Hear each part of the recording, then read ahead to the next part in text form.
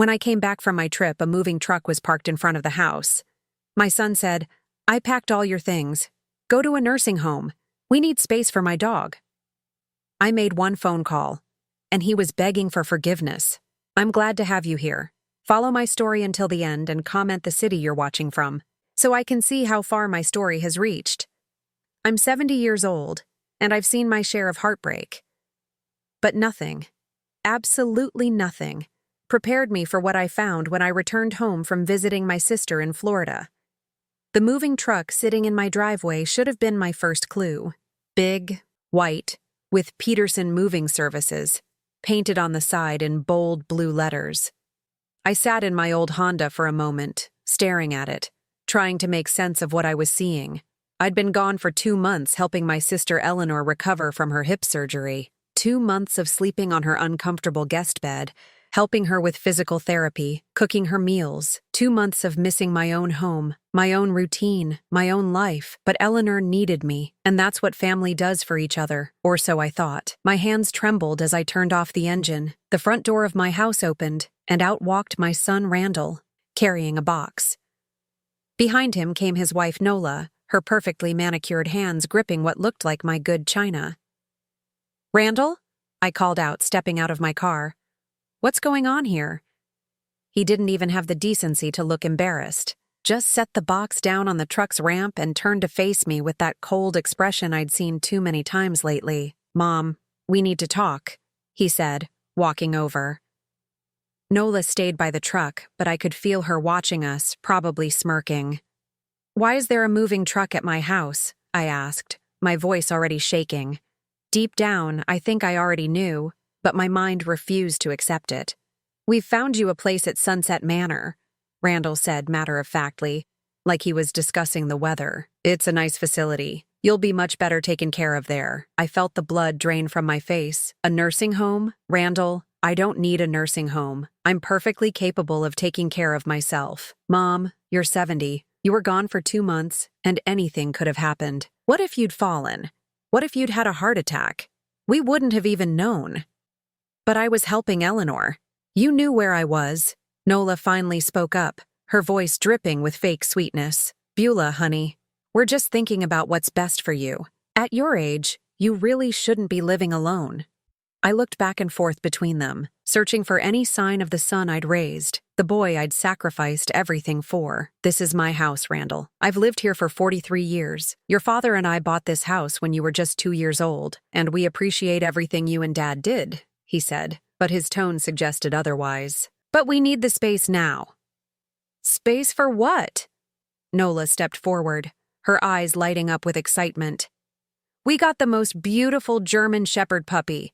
His name is Duke, and he's going to be huge. He needs a big yard to run around in, and our apartment just isn't suitable." I stared at her, certain I'd misheard. "You're putting me in a nursing home for a dog?" "It's not just for Duke," Randall said quickly, but I could see the guilt flickering in his eyes. "Mom, you're getting older. This house is too big for you. All these stairs, the yard work, the maintenance, it's too much. I manage just fine. Mrs. Patterson next door helps with the heavy stuff, and I hire Tommy from down the street to mow the lawn." "See, you're already needing help with everything," Nola said, like she'd just proven her point. My legs felt weak. I looked at my house, the house where I'd raised Randall, where I'd nursed my husband through his final illness, where I'd planned to spend my remaining years. The rose bushes I'd planted were blooming beautifully. The porch swing where I read my morning paper was still there, but somehow it already looked foreign to me. "How long have you been planning this?" I asked. Randall shifted uncomfortably. "We talked about it while you were gone." "It just makes sense, Mom." "You've been in my house for 2 months? Going through my things?" "We needed to pack your essentials," Nola said. "Don't worry, we've carefully selected everything you'll need at Sunset Manor." I walked toward the truck, looking at the boxes stacked inside. My entire life, reduced to cardboard containers. I recognized some of my dishes, a few pieces of furniture, but so much was missing. Where's my china cabinet? My wedding photo from the mantel? Dad's chair? "Mom, you won't have room for all that stuff," Randall said. "The rooms at Sunset Manor are much smaller. We kept what you'll actually need." I felt something break inside my chest, not my heart exactly, but something deeper, something that had been holding me together for 70 years. When do I have to leave? I whispered. The truck's here now, Nola said. We've already paid for your first month at Sunset Manor. Your room is ready. I stood there in my own driveway, looking at the house where I'd been happy, where I'd been loved, where I'd belonged. In a few hours, it would no longer be mine. I would no longer belong anywhere. Can I at least see Duke? I asked, surprising myself. Maybe if I saw this wonderful dog they were so concerned about, I might understand. Nola's face lit up. Oh, he's at the groomer today, getting his first professional bath and nail trim. You'll meet him eventually. Eventually. Like I was some distant relative they might visit once in a while. As I watched them load the last of my belongings, I realized that my son had become a stranger, and somehow, I'd let it happen. The drive to Sunset Manor felt like a funeral procession. The first 3 weeks at Sunset Manor were the darkest of my life. I barely left my room, existing on the bland meals they brought to my door and staring out the window at the parking lot below. Everything hurt. My back from the narrow bed, my heart from the betrayal, my soul from the complete loss of everything I'd known. The other residents tried to include me in their activities, but I couldn't bring myself to care about bingo or craft time. What was the point? My own son had thrown me away like garbage. Nothing mattered anymore. Then Margaret arrived. I was lying in bed at 2 in the afternoon, still in my nightgown, when the door opened and a woman about my age walked in, dragging a large suitcase behind her. She had silver hair pulled back in a neat bun, and the most determined expression I'd ever seen. Well, she said, looking around the small room with its 2 single beds, I guess we're roommates. I'm Margaret Sullivan. I managed a weak smile. Beulah Henderson. Margaret set her suitcase on the empty bed and turned to really look at me. You've been crying, she said matter-of-factly. It wasn't a question, and I didn't deny it. My son put me here. Took my house for his dog. Ah, Margaret nodded knowingly. Family betrayal. I'm here because my daughter-in-law convinced my son that I was becoming difficult to manage. Apparently asking questions about where my late husband's life insurance money went makes me difficult. Despite everything, I found myself sitting up. What do you mean? Margaret began unpacking with efficient movements. I'm a retired lawyer, Beulah. 45 years of practice. When my husband died last year, there should have been a substantial life insurance payout. Instead, my son claimed there were complications, and only a small amount came through. When I asked to see the paperwork, suddenly I was suffering from dementia and needed supervised care. She pulled out a thick file folder and set it on her nightstand. The thing about being a lawyer is, you never really retire. You just get more selective about your cases. Are you investigating your own son? I'm protecting my own interests, Margaret corrected. Something you might want to consider doing. I shook my head. There's nothing to investigate. Randall was honest about what he wanted. My house for his dog. Margaret paused in her unpacking and fixed me with a sharp stare. Beulah, whose name is on the deed to your house? Mine, of course. It was mine and my husband's. And when Robert died, it became just mine. And your son just assumed he could move you out and move himself in? When she put it like that, it did sound rather presumptuous. He said I needed care. Do you need care? I thought about it honestly. I was managing fine. I mean, I'm not as spry as I used to be. But I was taking care of my sister in Florida for 2 months. If I can take care of someone else, I can certainly take care of myself. Margaret sat down on her bed, facing me. Beulah, in my experience, when family members rush elderly relatives into care facilities while taking control of their homes, there's usually more to the story. What do you mean? Has your son ever asked about your will, your finances, whether you've made any provisions for long-term care? I frowned, trying to remember. He asked a few months ago if I'd considered what would happen to the house when I die. Said he wanted to make sure everything was taken care of. And what did you tell him? That the house would go to him? Naturally. He's my only child. Margaret nodded slowly. So, he knows he'll inherit the house eventually. The question is, why couldn't he wait? That stung. Maybe he just wanted me to be safe. Maybe, Margaret agreed. Or maybe he wanted the house now, while he could enjoy it. How old is your son? Beulah? 48. Old enough to have his own life, his own home. Old enough to wait for his inheritance like the rest of us had to do. Margaret leaned forward. Tell me, did he ever offer to move in with you? Hire a home health aide? Install one of those medical alert systems?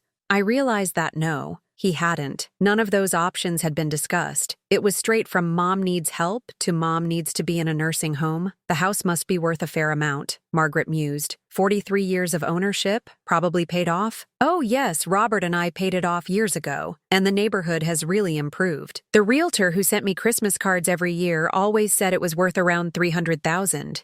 Margaret's eyebrows shot up. $300,000? Beulah, that's serious money. Enough to change someone's life significantly. I'd never thought of it that way. To me, it was just home, the place where I belonged. Tell me about this dog, Margaret said. Duke, a German Shepherd puppy. Nola, that's my daughter-in-law, said he needed a big yard. German Shepherds are expensive dogs, especially if they're buying from a breeder. Could cost several $1,000s. Several thousand? I couldn't hide my shock. For a dog? If it's a show-quality puppy with papers, absolutely. Plus training, veterinary care, premium food. We're talking about a serious financial commitment. I thought about Randall's job at the insurance company. He made decent money, but not enough for such extravagances. At least, not the Randall I thought I knew. Margaret, I said slowly. Do you think they planned this? While I was gone? I think, Margaret said carefully, that you might want to find out exactly what's been happening with your property while you've been here. She stood up and walked to the window, looking out at the parking lot. You know, Beulah, the thing about nursing homes is that once you're in one, people assume you're helpless. They stop consulting you about decisions. They start making assumptions about your mental capacity. What are you saying? Margaret turned back to me, and I saw the lawyer she used to be in her eyes. I'm saying that being in here doesn't make you powerless. You still own that house. You still have rights. And if your son thinks he can just take over your life because it's convenient for him, well, he's got another think coming. For the first time in 3 weeks, I felt something other than despair. I felt angry. What do you think I should do? Margaret smiled, and it wasn't a kind smile. It was the smile of someone who'd spent 45 years fighting for people who'd been wronged. First, we're going to find out exactly what your son has been up to in your house. Then we're going to remind him that his mother isn't dead yet. Margaret wasted no time. The next morning, she marched me down to the nursing home's business office like a woman on a mission. I'd barely had my coffee, but she was already dressed and ready, that thick file folder tucked under her arm. We need to use your computer, she told the receptionist, a young woman named Jessica who looked startled by Margaret's authoritative tone. I'm sorry, but residents aren't typically allowed to— We're not typical residents, Margaret interrupted. I'm a retired attorney helping my friend with some legal matters. Surely you have some provision for residents who need to access public records? Jessica glanced nervously at the computer, then at us. Then at the supervisor's empty office. I suppose I could let you use it for a few minutes, but I'll need to stay here with you. Perfect, Margaret said, settling into the chair with the confidence of someone who'd never been told no in a courtroom. I watched in amazement as Margaret's fingers flew across the keyboard. Within minutes, she'd pulled up the county assessor's website and typed in my address. Let's see what we're dealing with here, she muttered, scrolling through the information that appeared on the screen. My heart nearly stopped when I saw the numbers. My house, which I'd always thought was worth around $300,000, was now assessed at $450,000. $450,000? I whispered. How is that possible? Margaret was already clicking on another link. Property values have been rising steadily in your neighborhood, Beulah. Look at this. Houses on your street have been selling for even more than the assessed value. She pulled up recent sales records. The house 3 doors down from mine had sold 6 months ago for $500,000. Another house on my block had gone for $475,000 just last month. Your son stands to inherit a very valuable piece of property, Margaret said grimly. Much more valuable than you realized. Jessica, who'd been pretending not to listen, leaned forward slightly. Wow, that's a lot of money for a house. It certainly is, Margaret agreed. Jessica, would you mind printing this information for us? While Jessica printed the property records, Margaret continued typing.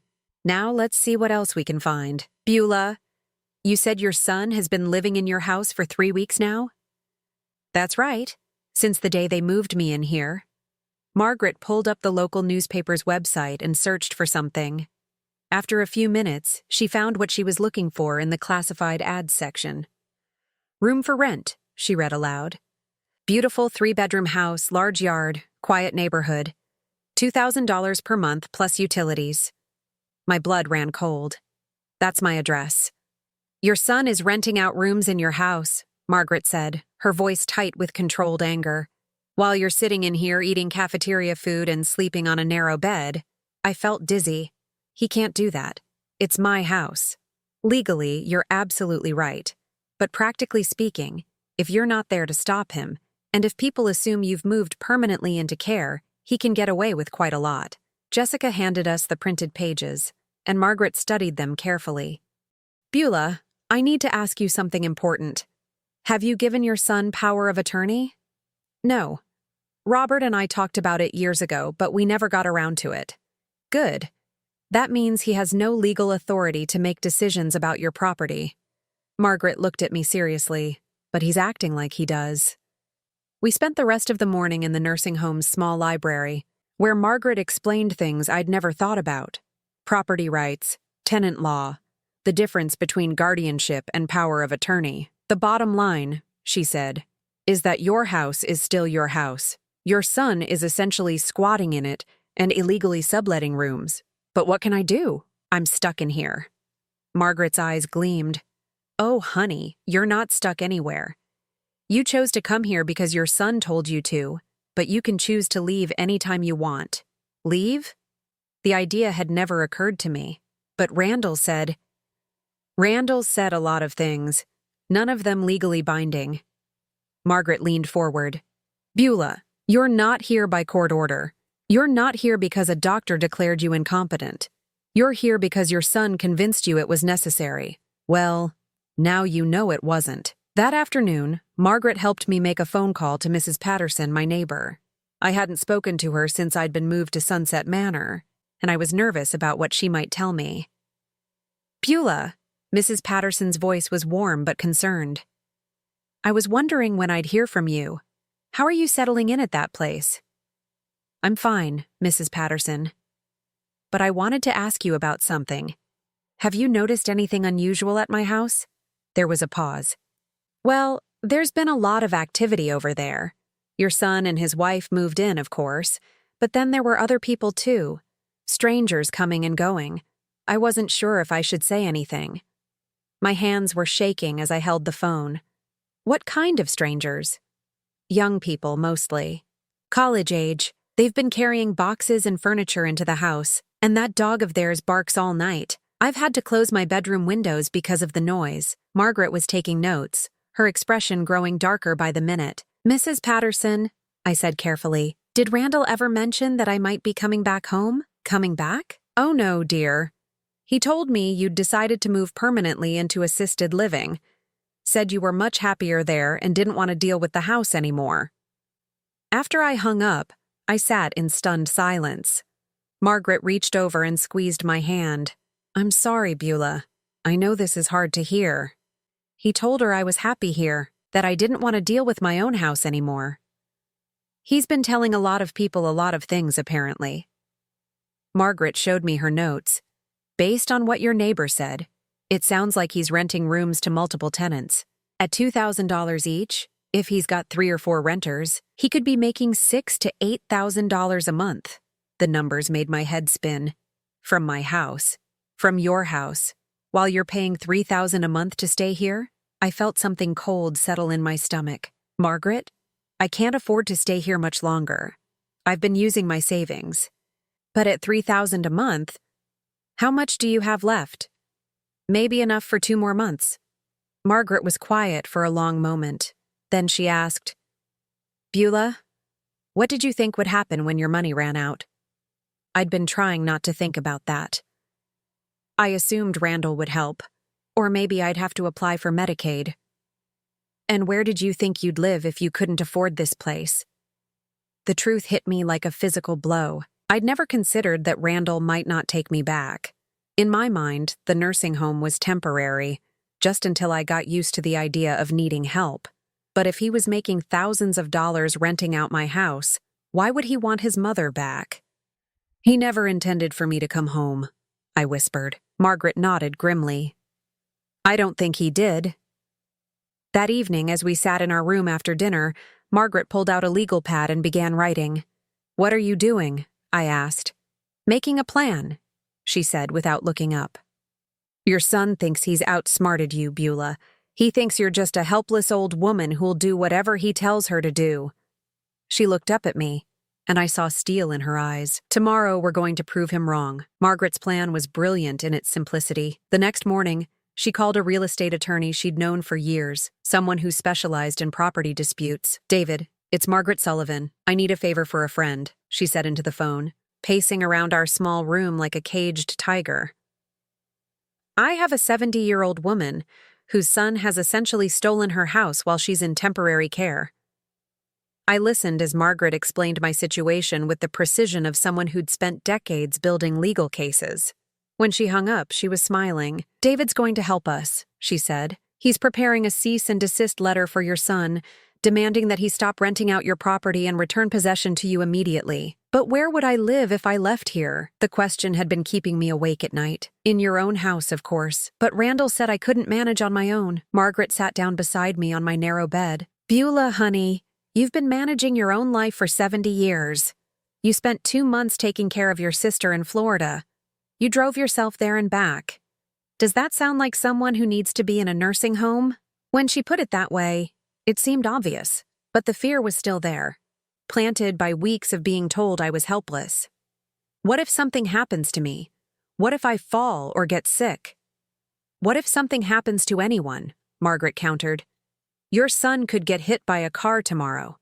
That neighbor of yours, Mrs. Patterson, could have a heart attack next week.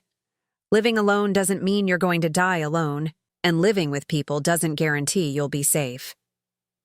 That afternoon, Margaret and I took a field trip. She'd arranged for her attorney friend David to pick us up and drive us by my house. I hadn't been back since the day I was forced to leave, and my heart pounded as we turned onto my street.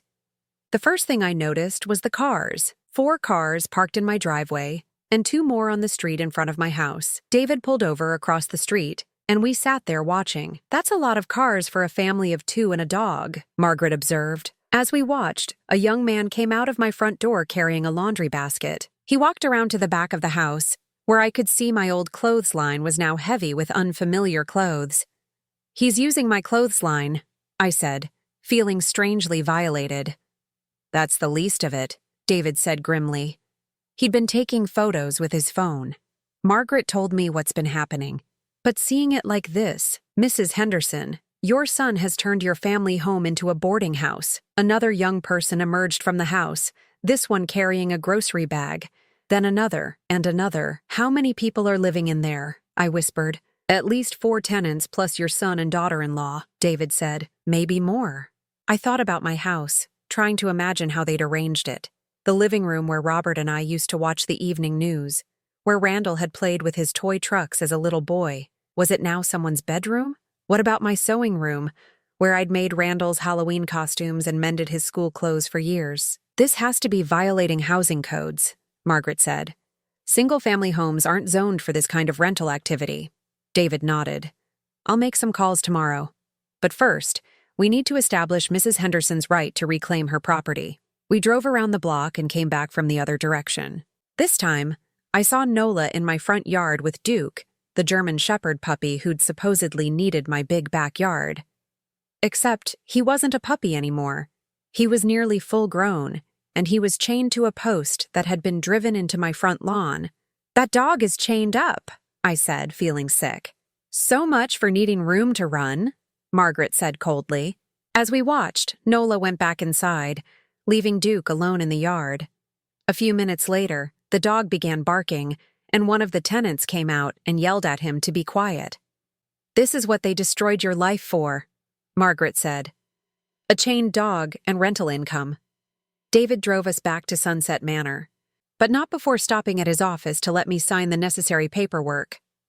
The cease and desist letter would be served to Randall the next day, demanding that he vacate my property within 30 days. "What if he refuses?"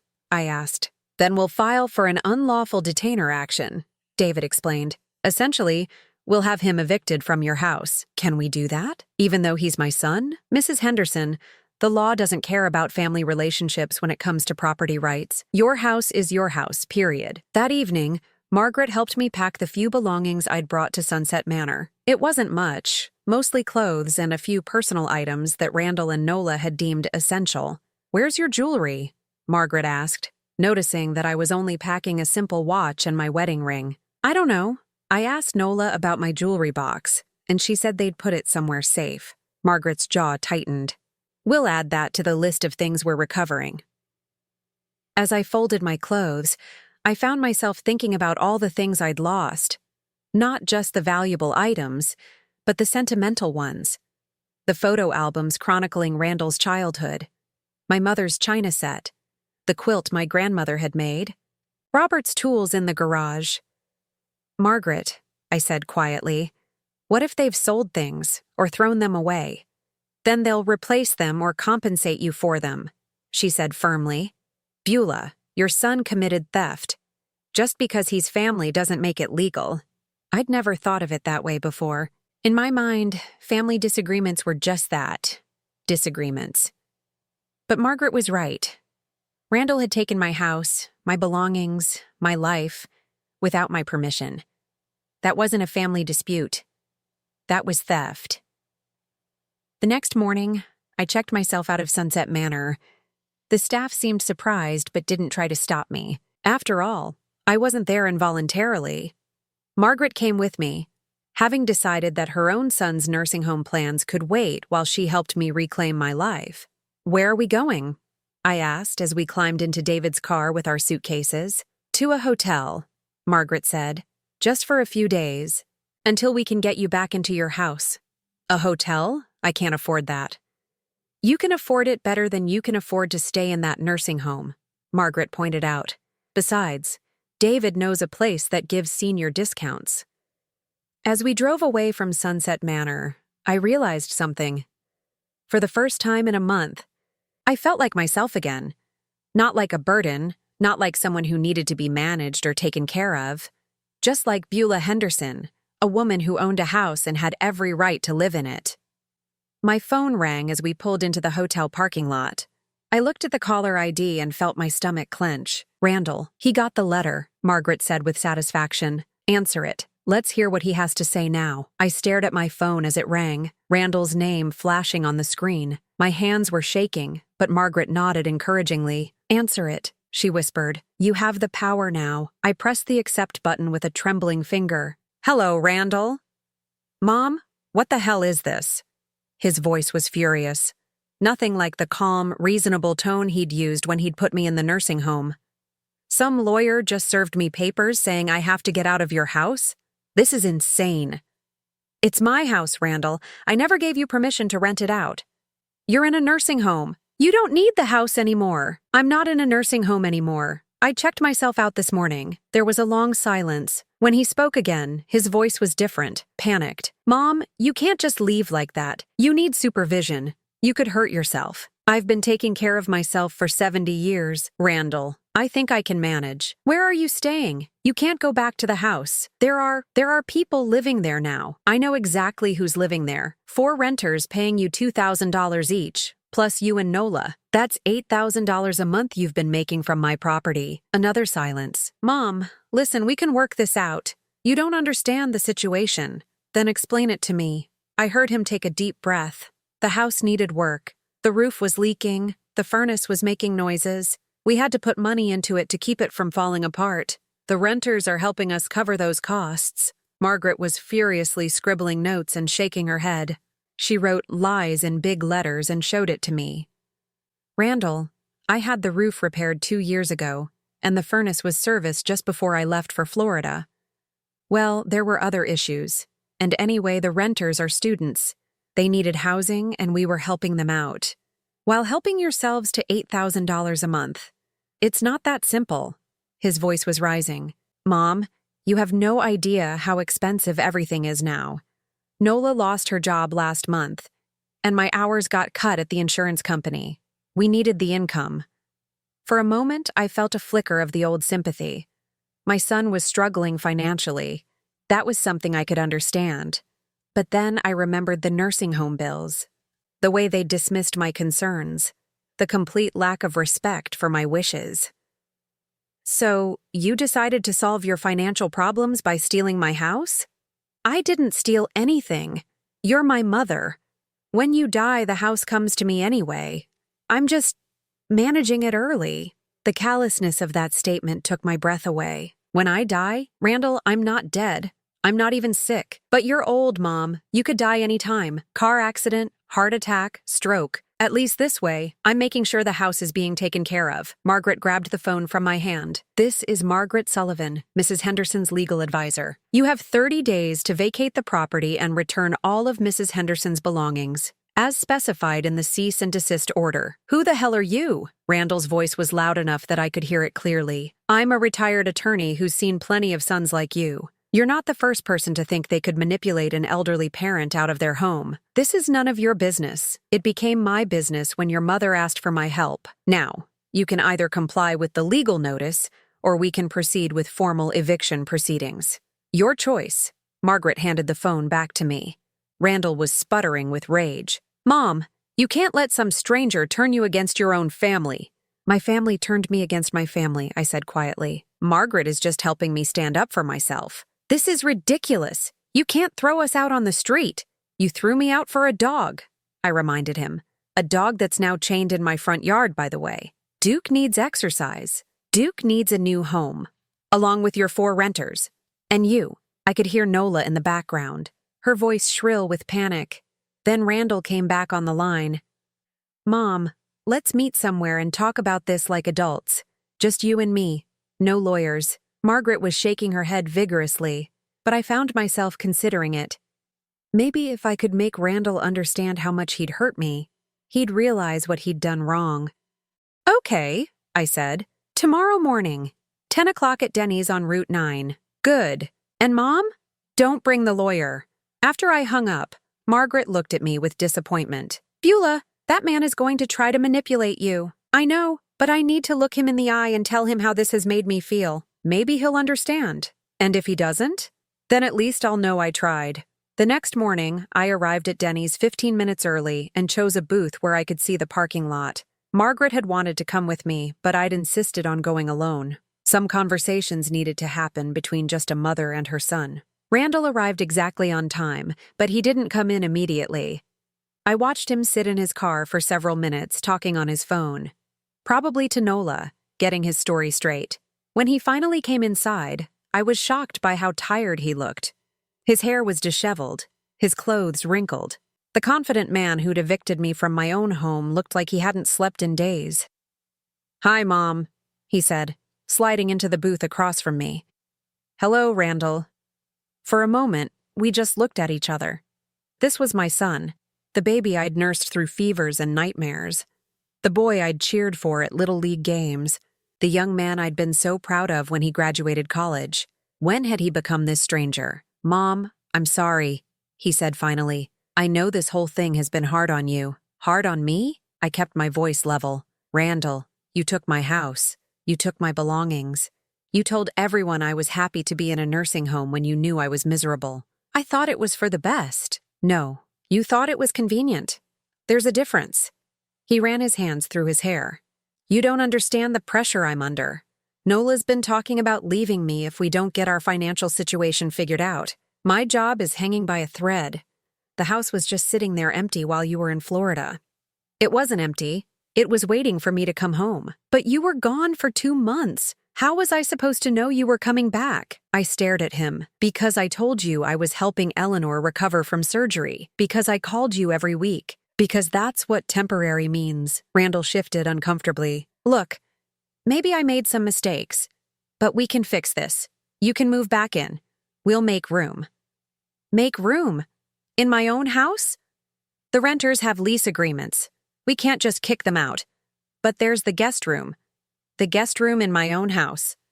It would just be temporary, until we figure something else out. I felt something cold settle in my chest. Even now, even after being caught, he still thought I would accept being a guest in my own home. "Randall," I said softly, "do you love me?" The question seemed to surprise him. "Of course I love you, Mom. You're my mother. Then why did you hurt me so badly?" He was quiet for a long time. "I didn't mean to hurt you. I needed the house." And there it was. The truth. Simple and devastating. He needed the house more than he needed me to be happy. I stood up, leaving a $5 bill on the table for my coffee. 30 days, Randall. That's what the legal notice says. "Mom, wait!" But I was already walking away. Some bridges, once burned, can't be rebuilt.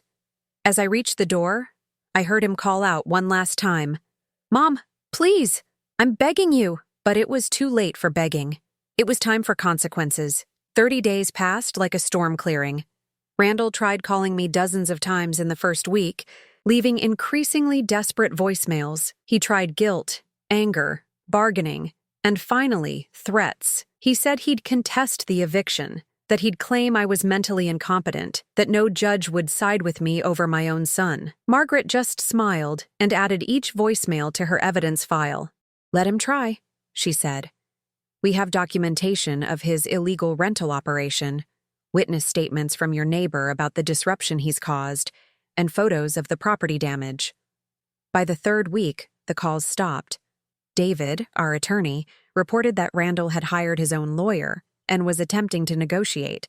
But the legal facts were clear. I owned the house. I had never given him permission to rent it out. He had to leave. On day 29, I got a text message from an unknown number. "Your stuff is on the front porch. Hope you're happy." Margaret and I drove to my house that afternoon with a U-Haul truck David had helped us rent. I hadn't been back since that day we'd driven by to see what Randall was doing. My heart pounded as we turned onto my street. The house looked different. Not just because there were boxes and furniture piled on the front porch, but because it looked smaller somehow, less like home and more like just another house. Mrs. Patterson came hurrying over the moment she saw me step out of the truck. "Beulah! Oh, thank goodness you're back!" She hugged me tightly. "I was so worried about you. That son of yours told everyone you'd moved permanently into care, but I never believed it." "I'm home now," I said, surprising myself with how good those words felt. "And not a moment too soon," Mrs. Patterson said grimly. "The noise from all those young people, the parties, the music at all hours, and that poor dog barking constantly. I called the city about the zoning violations, you know." "You did? Single-family homes aren't supposed to be boarding houses. The inspector came out last week and issued citations." Margaret was already examining the boxes on my porch, taking inventory. "Beulah, come look at this." I walked over to see her holding up a photograph that had been carelessly tossed into a box with kitchen utensils. It was my wedding photo. The glass cracked. The frame bent. "They didn't even have the decency to pack things properly," Margaret said, her voice tight with anger. We spent the next 4 hours going through the boxes and furniture piled on my porch. Some of my belongings were there, but many were missing. My grandmother's quilt was nowhere to be found. Neither was my jewelry box, my mother's china, or Robert's tools. "We'll send David a list of everything that's missing," Margaret said. "They'll have to account for every item or replace it." As we carried boxes into the house, I prepared myself for what I might find inside, but nothing could have prepared me for the reality. My beautiful home, the place I'd lovingly maintained for 43 years, looked like a college dormitory. The hardwood floors I'd polished every week were scuffed and stained. There were holes in the walls where posters had been hung and torn down. My kitchen counters were burned and scratched. In the living room, where Robert and I had shared quiet evenings reading and watching television, someone had built a makeshift bar area. Empty beer bottles were lined up on the windowsill. "Oh, honey," Margaret said softly, seeing my face. I walked through each room, cataloging the damage. My bedroom had been turned into a dormitory-style space with 3 single beds crammed in.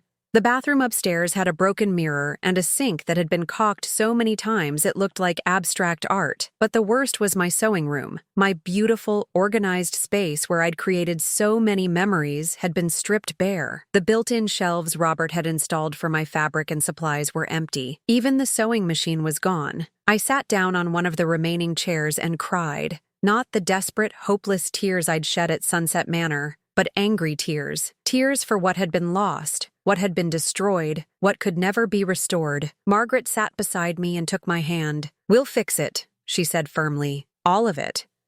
Every scuff mark, every hole in the wall, every missing item. And Randall is going to pay for every penny of it." Over the next several weeks, that's exactly what happened. David filed a lawsuit against Randall for property damage and theft.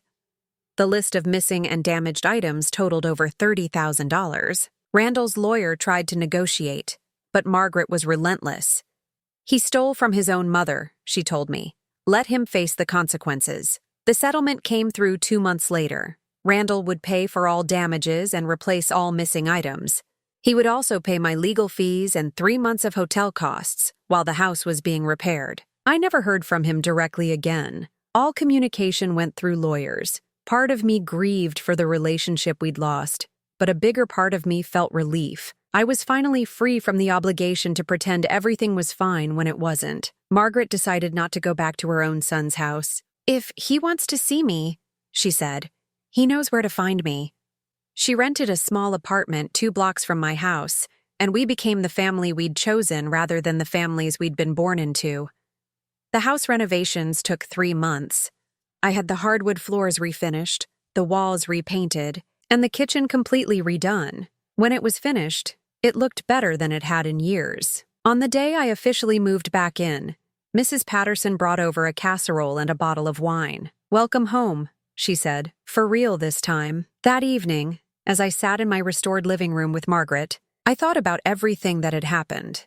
6 months ago, I'd been a lonely widow living quietly in her family home. Then I'd been a discarded mother, warehoused in a nursing home while my son profited from my property. Now I was something else entirely. I was a woman who'd fought back, a woman who'd stood up for herself, a woman who'd learned that sometimes the family you choose is stronger than the family you're born into. My phone rang, and I glanced at the caller ID. For a moment, my heart stopped. It was Randall. Margaret looked at me questioningly. "Are you going to answer it?" I thought about it for a long moment. Then I reached over and turned the phone off. "No," I said. "I don't think I am. Some bridges, once burned, should stay that way.